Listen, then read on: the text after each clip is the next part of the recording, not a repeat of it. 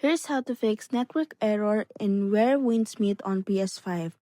Now what you need to do first is to make sure that you are playing the Where Winds Meet game.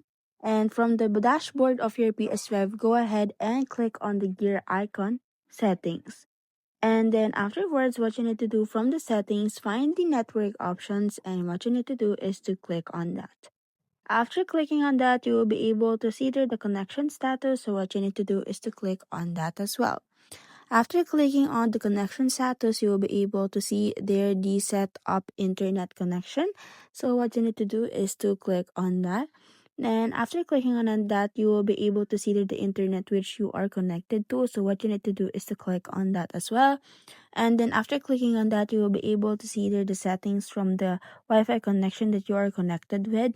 And then afterwards, you will be able to see there the advanced settings. So what you need to do is to click on that.